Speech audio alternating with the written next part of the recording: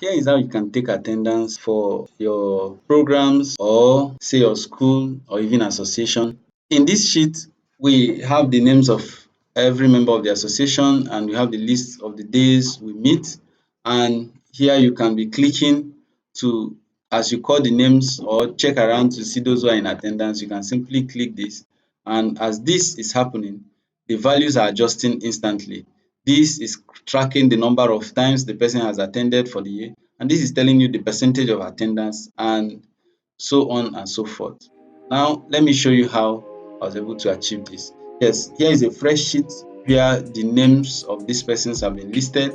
And how do I bring in the checkbox? I just highlight the area where I want these checkboxes to appear. And then it's as simple as go to insert, go to checkbox, and the checkboxes are already here. With this, you can be calling or checking the people who are in attendance for each of the events or each of the days when you want to track this. And at the end of the day, you'll be able to do the counting of the number of days they've attended so far and the percentage of the attendance. How do we go about tracking that? There is a simple formula both in Excel and in Google Sheet.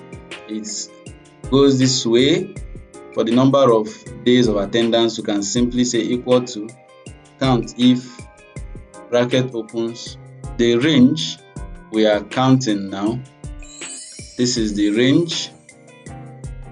And what are we counting? We are counting only those values that are close this bracket, press enter. So it's auto-filling automatically. So it's suggested autofill. So if I click OK, that applies across.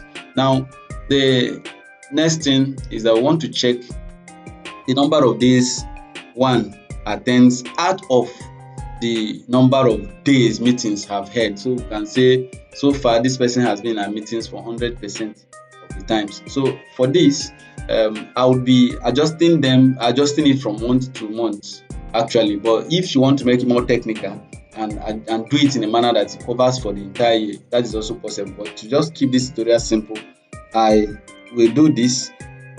It begins with the same count or count if group of functions. Begin with the equal sign, open the bracket, and then this will also take count if bracket opens. And this time around, because we've had meetings from February, March, April, May, and this June that we are in, I have indicated that area alone. And what is the criteria? We're going to say the areas that are true within this area is the criteria. Now divided by the number of meetings that I've had at all. So we just say count A. What does count A do? It counts the number of values in a data set. So you say count A and close the brackets.